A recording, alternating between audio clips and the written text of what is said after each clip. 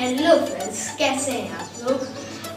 आज मैं आपको इस वीडियो में बताने वाला हूँ कि आखिर आप लोग बूढ़े क्यों होते हैं।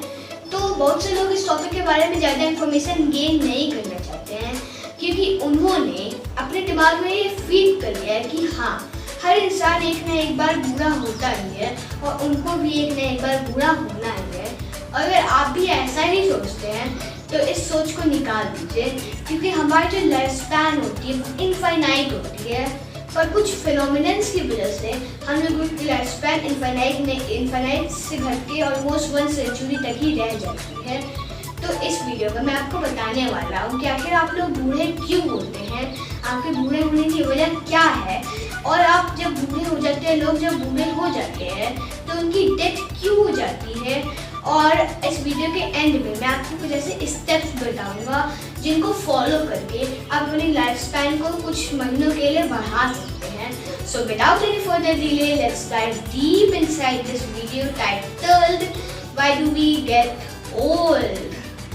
तो हम लोग बूढ़े क्यों होते हैं, इसके पीछे हजारों कारण हैं, पर उनमें से मैं आपको आज एक मेजर कारण के बारे में बताने वाला हूँ। तो हम लोग बूढ़े कैसे होते हैं, इसको समझने के लिए पहली चीज़ आपको ये समझनी चाहिए कि हम लोगों के हर सेल में डीएनए होता है। और अगर आप डीएनए के बारे में नहीं जानते तो डीएनए मतलब एक गाइडिंग बुक जो हमारे सेल को बताती है कि उस सेल को कौन सा फंक्शन परफॉर्म करना है और वो फंक्शन किस तरह परफॉर्म करना है।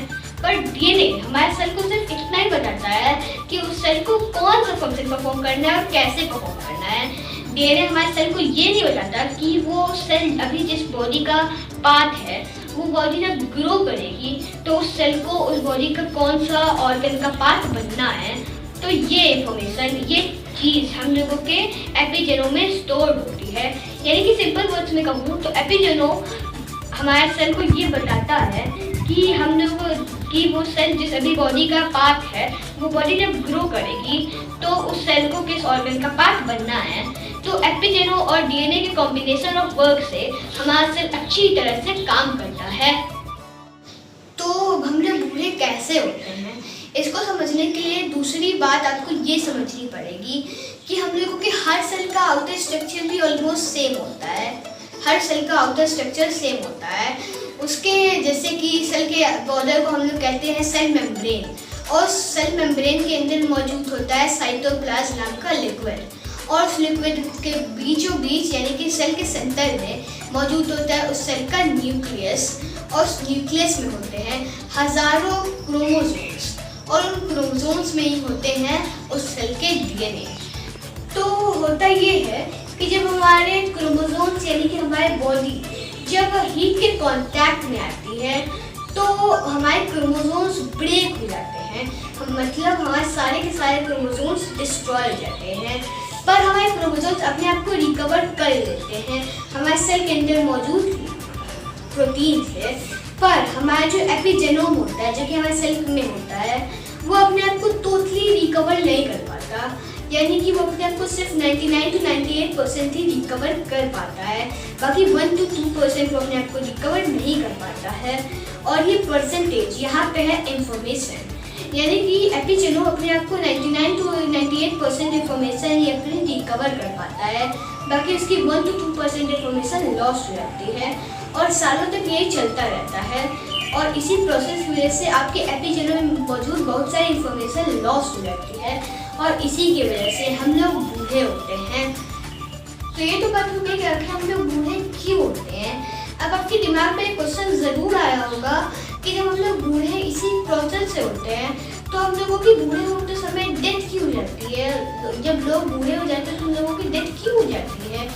तो उसके पीछे का कारण ये है कि उनकी एज हो गई, इस वजह से उनकी डेथ नहीं होती है। उनकी डेथ या फिर एक्सीडेंटली हो जाती है, या फिर उनके किसी डिजीज़ की वजह से उनकी डेथ आती है, जैसे कि बीपी, शुगर या फिर कैंसर की वजह से उन लोगों की डेथ हो जाती है।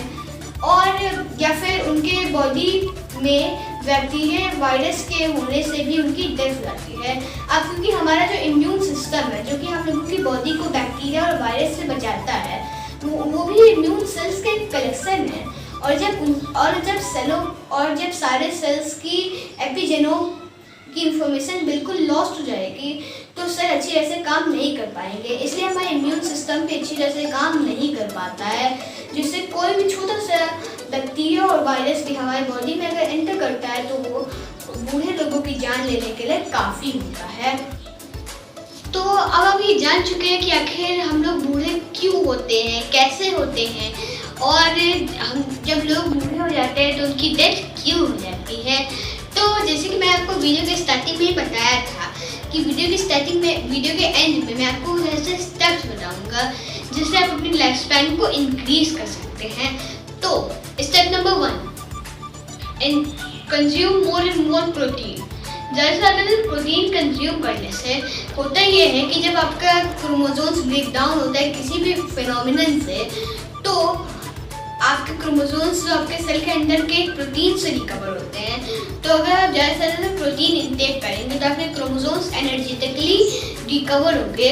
और आपकी इंफॉर्मेशन के लिए बता दूं कि आपके अंदर मौजूद एपिजेनोम भी आपके सेल के मौजूद प्रोटीन से ही रिकवर। तो अगर आप प्रोटीन को ज़्यादा से ज़्यादा इंटेक करेंगे तो इससे आपके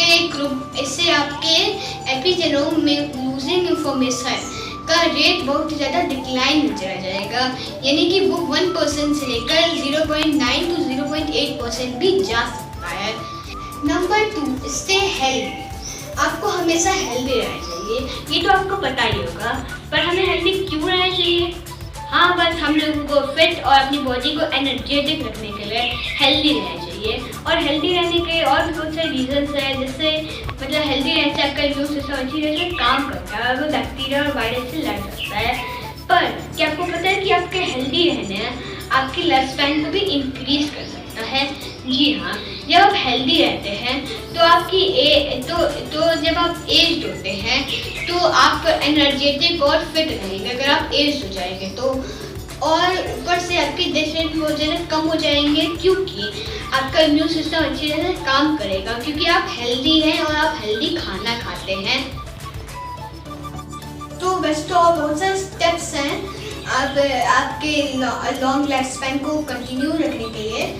तो उनमें से अगर आप मेरी इस वीडियो में बताए हुए कि कैसे आप बूढ़े होते हैं, अगर आप इसको अकॉर्डिंग चले तो थर्ड स्टेप आपके लिए ये होना चाहिए कि use sunscreens while going outside. यानी कि जब आप घर से बाहर जाते हैं, जब आपकी धूप ज़्यादा होती है तो आपको सन क्रीम लगा के जाना चाहिए, जिससे आपके एपिजेनोम में स्टोर्ड इंफॉर्मेशन धीरे धीरे लॉस होती है और जिससे आपकी एजिंग का टाइम भी बहुत ज़्यादा स्लो हो जाएगा।